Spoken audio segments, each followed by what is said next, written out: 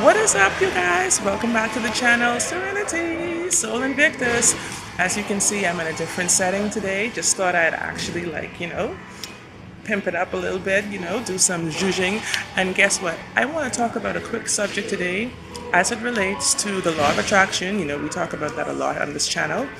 At any point in this video, I'm going to say before I forget, feel free to hit like, do subscribe, and do hit the notification bell so that you are up to speed and don't miss a beat, darling, with my next video, okay? So let's get right into it. I have a little time. Guilt, that little monster that creeps up to sabotage and kill all of your dreams, your deepest desires, is that one called guilt. Do not let guilt kill your dreams. Okay? So now on the side of guilt, there's another little monster they are very dormant until you realize the power that they actually had hidden, like fear. We're going to get into fear. That's a whole different video for a whole different day. So I'm going to leave that one for now. But today we're going to discuss guilt and why it's so dangerous, okay, when it comes to manifesting your dreams and goals. Let's just say you've been trying to manifest a vehicle. Let's say it's been months, for some maybe even years, and it's just not happening.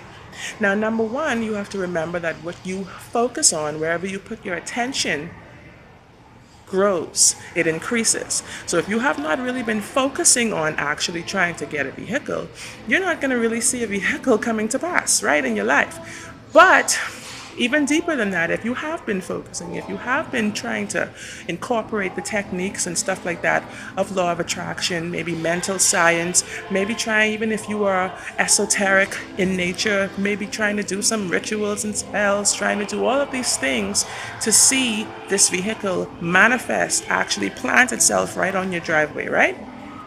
Still to no avail, nothing. So what you have to do is ponder. Think about this. Lay down at night and think, could it possibly be guilt that is hindering my vehicle from coming to life, becoming reality for me? Let's just use an example. Let's say that you were 17 years old when you stole your parents' car and wrecked it with your best friend.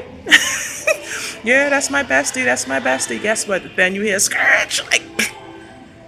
Now, that may have been, say, 20 years ago. Up to this day, you may not be aware of the fact that you are still holding residual guilt from that took place. You can still hear all of your family members, everybody calling you reckless, calling you irresponsible, calling you immature, calling you rebellious, all the horrible, most horrible words in the world that you want to hear. So up to this day, when you think about that occurrence, those words still come up. The taste in your mouth is still there, it's like brass. You feel the guilt. You have a lump in your throat. It's like it just took place today. What you need to do in your mind is to reconstruct the story, rewrite the story, rescript the story. Take the negative out of it. Take the things that make you feel as guilty as you are. Take all of those things and rescript them. Okay? So it starts with you. So the guilt that you're feeling is about how you are actually perceiving this particular instance that took place in your life. How you are perceiving how other people may be actually feeling toward you because of the action that you took and the consequences of it, right? So we know a new car getting wrecked is no small issue. That's a biggie, okay?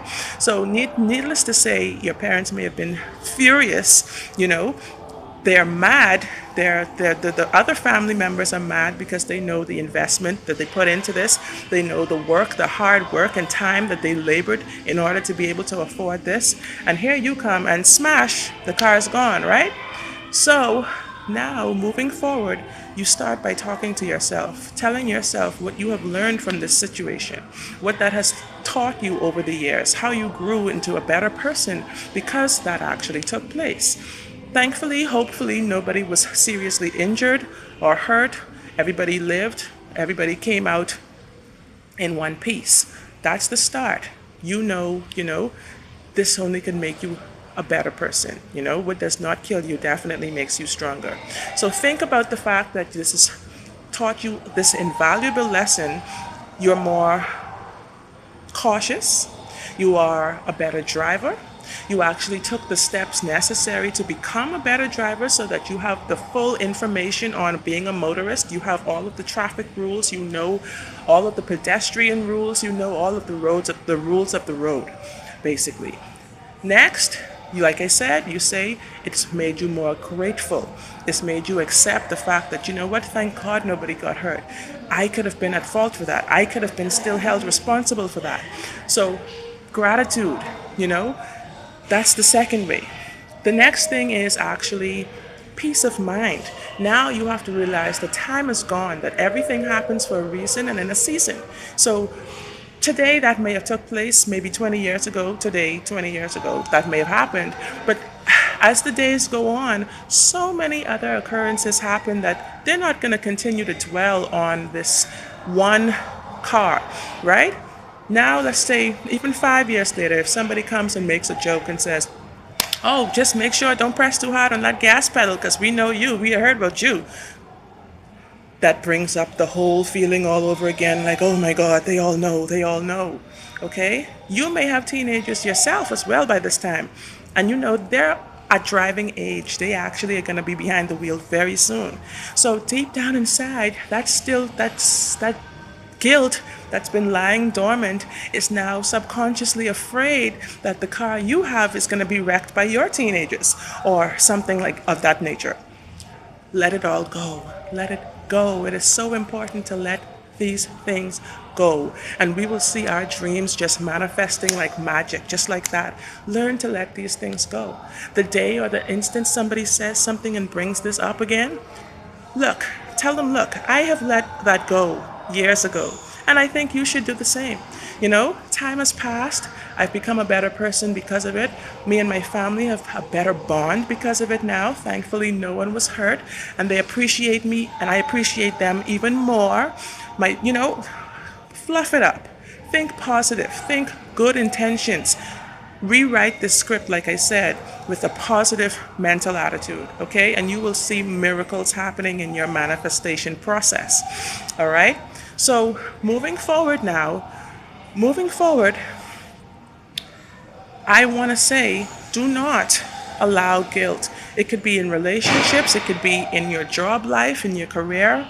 Do not allow guilt to kill your dreams, okay? Because when I was fired from my job, it hurt. It hurt like hell. It hurt. It felt like I was just dumped, okay? And even though I haven't been on the job very long, it still felt like it came out of nowhere. I hadn't done anything wrong. My conscience was clear. But at the same time, it hurt because that's the kind of stuff that hurts, you know? You didn't see it coming. It blindsided you.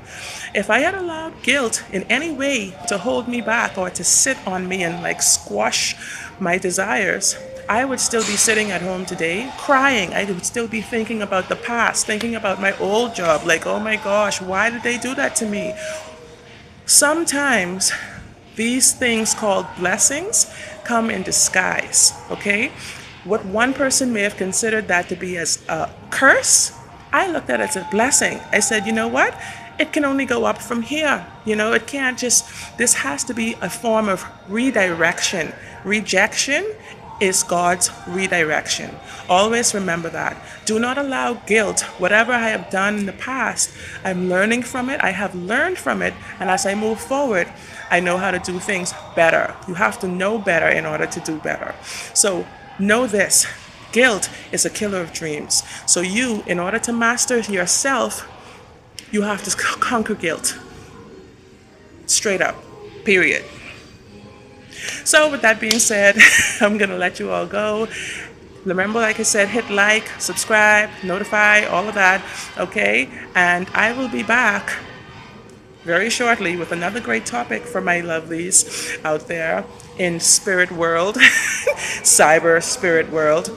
Until I come back with another great topic, I'm going to say peace and love, blessed be, and namaste. Until then, bye.